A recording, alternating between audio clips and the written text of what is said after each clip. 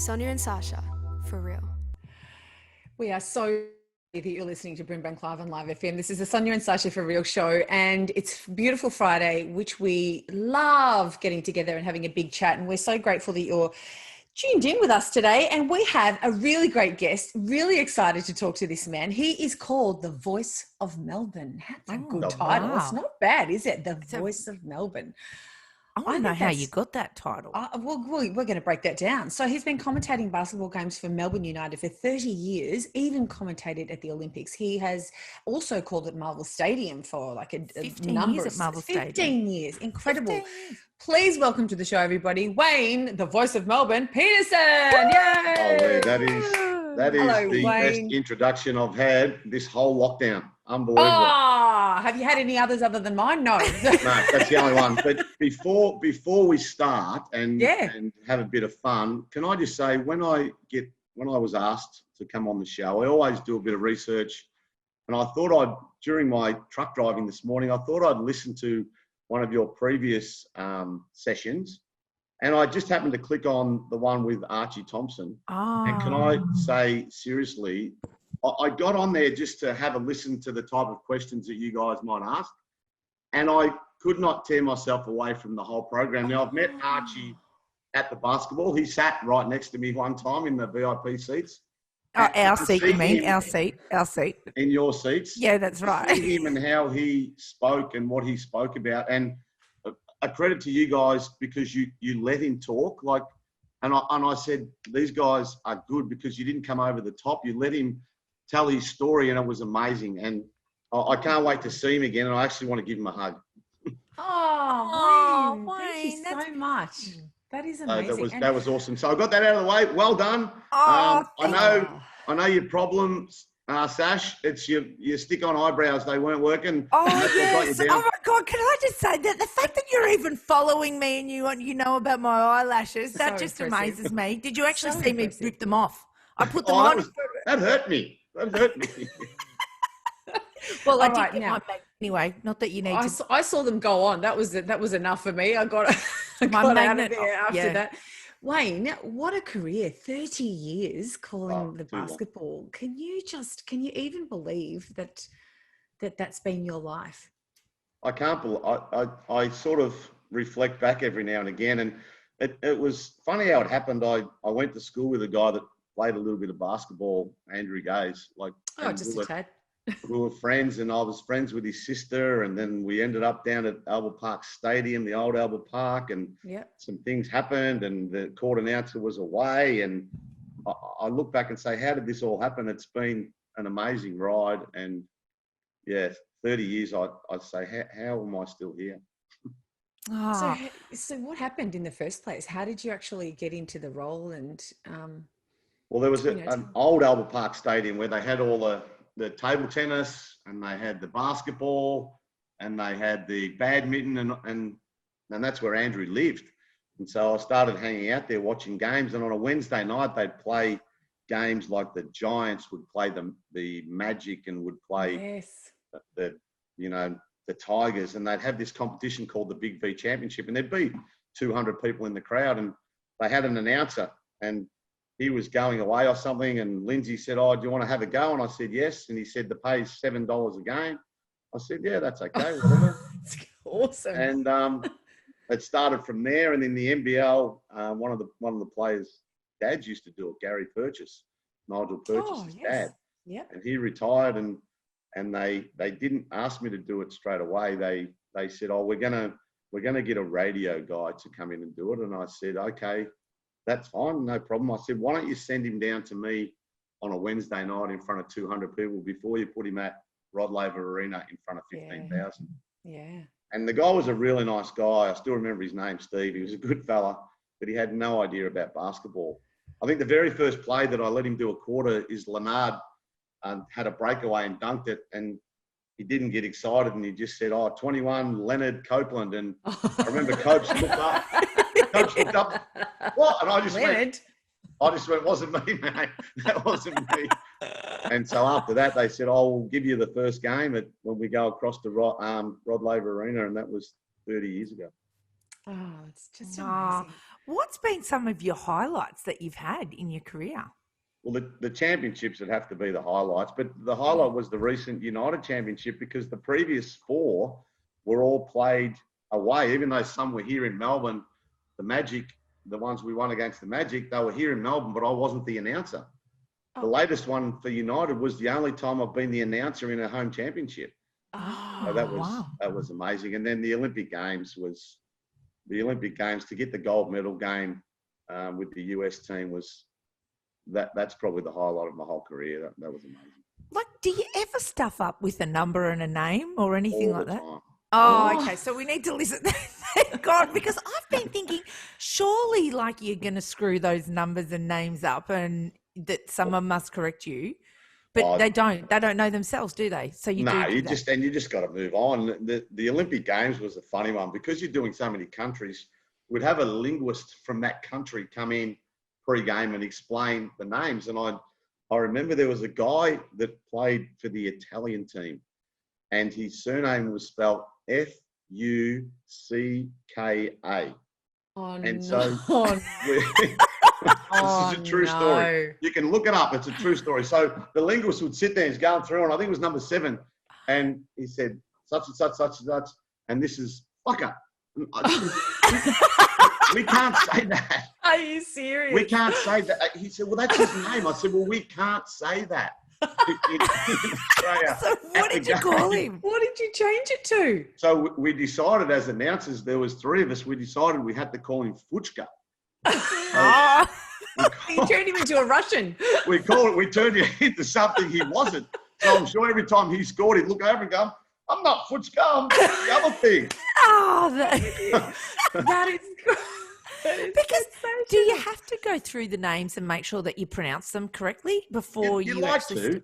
Yeah, you like to. And I always, if I see a new name come on the list, I go to the team manager and make sure, because I like to get it right. You don't want to have a guy come in and play and just totally mess his name up. There was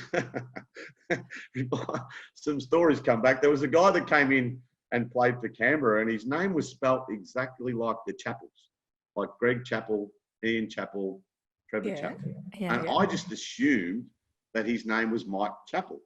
Right. So the game's going on, and I'm calling, 2 points, and he was a good player. He was an American import. Yeah, number 2 points, Mike Chappell, and he ran past the score bench, and he leaned over and he goes, "It's Chappelle, man." He's me. Sorry, buddy.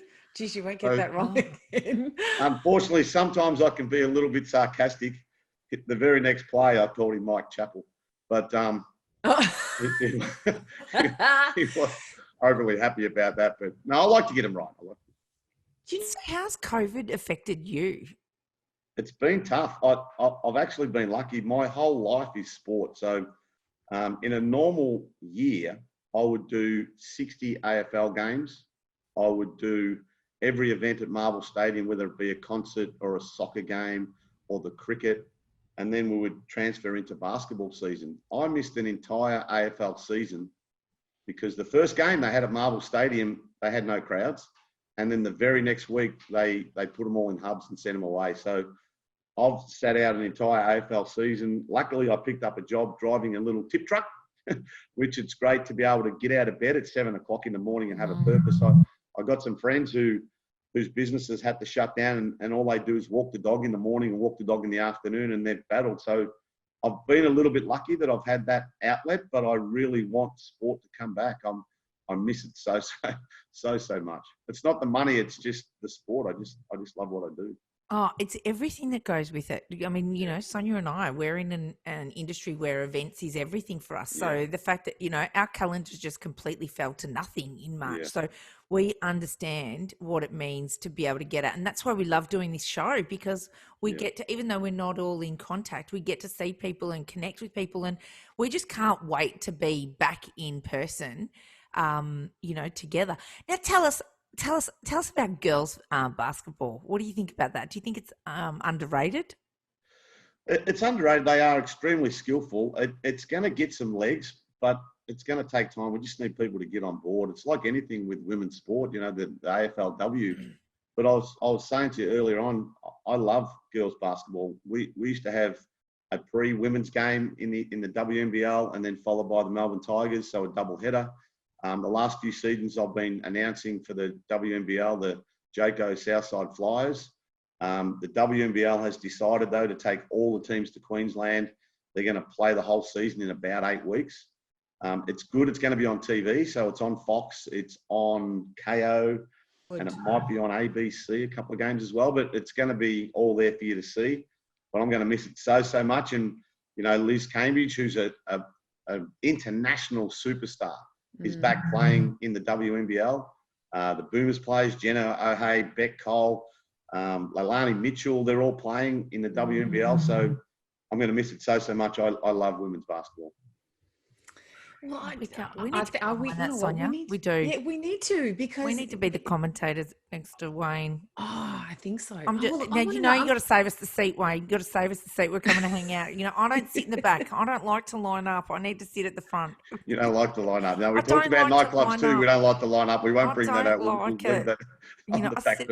I said to Sonia, I think I'm going to have to learn to line up with this COVID thing, but I can't line up for Kmart and I just can't line up for the basketball. So I need to come in with you. That's all I can say. Well, now I can say I'm bringing a media person in. You know, we've got media people. I'm going to bring them in and just give them the experience. Wayne. Of course.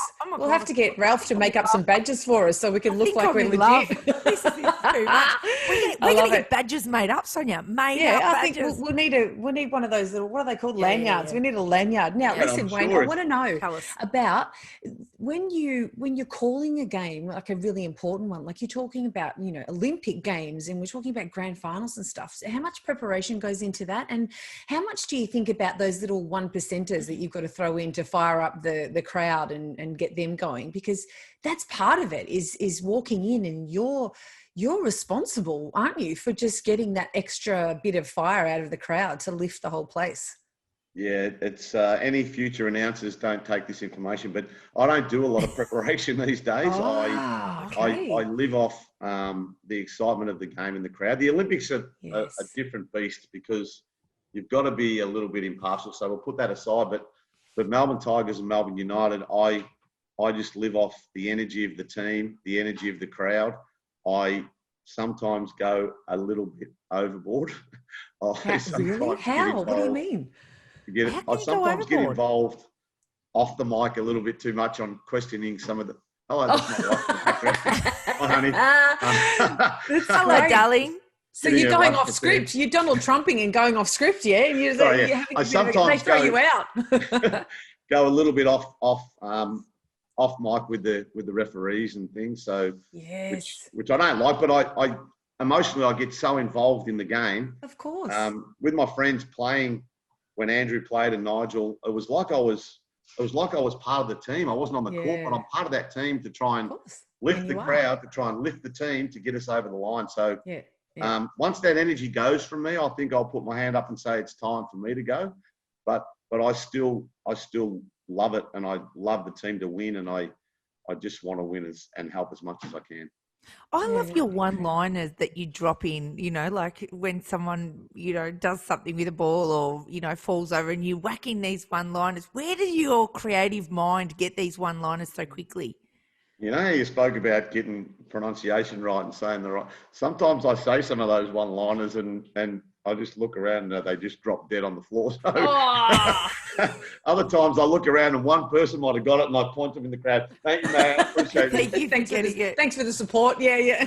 Yeah, but it just happens. I don't have any preparation. I don't write anything down. It's just experience and what's happened over the journey that I keep bringing the ones that work back and yeah. Give us your funniest moment in the game. Funniest thing you've seen. Funniest thing I've seen was I wasn't actually announcing, but I was in the crowd. The Melbourne Tigers played an away game. I think it was in Wollongong or Illawarra. And Warwick Giddy was on the sideline about to pass the ball in. And a spectator from the crowd leaned over and pulled his pants down.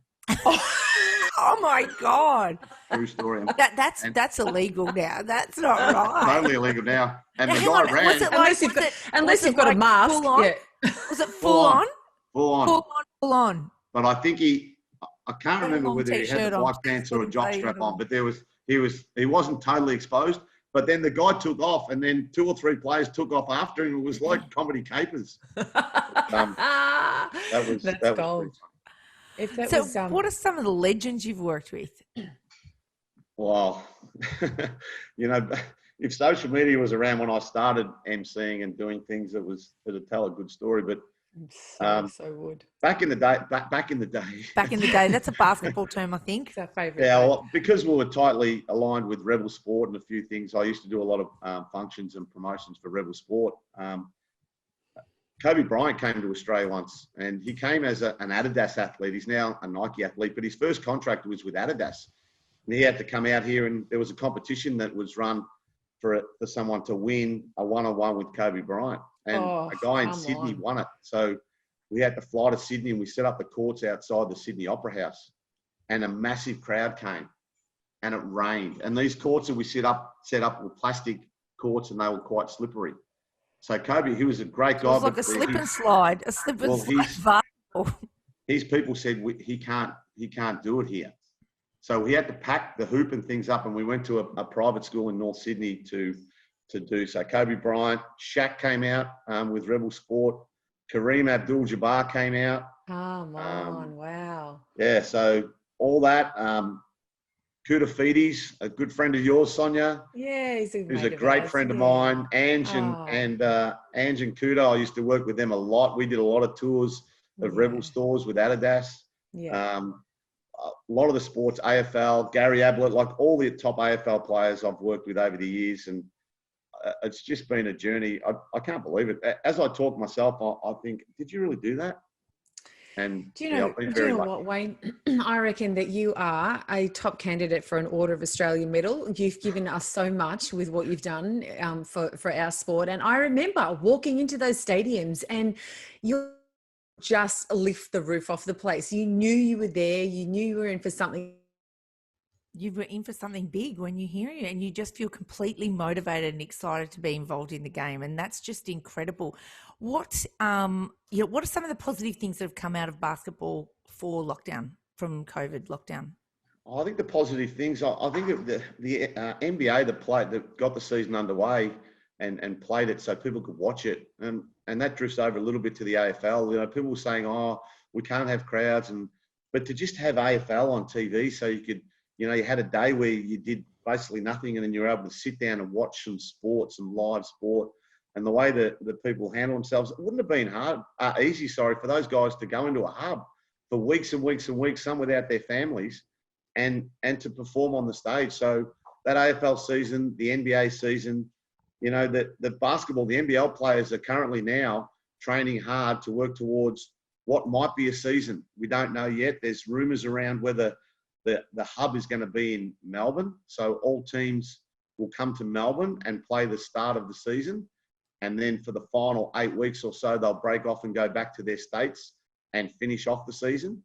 There's a committee at the moment that's trying to decide what we do with that. It'd be so tough, but sports plays a major role. And the sooner we can get the kids back playing, into basketball clinics, into footy clinics, into swimming, we need to get people out there and get back active, do the right thing, but we've got to get back out there as soon as we can. 100%. I agree. 100%. Thank you so much, Wayne. You're absolutely incredible. We can't believe that we've even been able to speak to the voice of Melbourne, the legend himself. You've been absolutely amazing. And please save us a seat when the basketball goes back on. No problem. We're going to start a new Instagram, and we can call it The Voices of Melbourne. So, look out. We're so in for that, Wayne. Wayne to do a bit of a recording of Sonya and Sasha show or something. There you go, for when we talk about sport. Thank you so much, Wayne. Thanks, Wayne. How can people get in contact with you? How can they follow you on Insta? Just on Instagram, The Voice of Melbourne. I don't post a lot. I post a lot of surfing because that's my passion. So come Monday, when I'm expecting you want to go to Geelong too, open up the borders. I've taken Monday off. I'll be getting in my car and I'll be going past Geelong, Sash. I'm going past Geelong and I'm going to Barwon Heads and I'm going to stay on the beach all day and surf. Well, have the best day. Thank you. We're so grateful that you came onto the show today. Voice of Melbourne, Wayne Peterson. Thank you so much for joining us. You're listening to BRIMBANK Live on Live FM. This is the Sonya and Sacha for Real show. We'll see you after the break.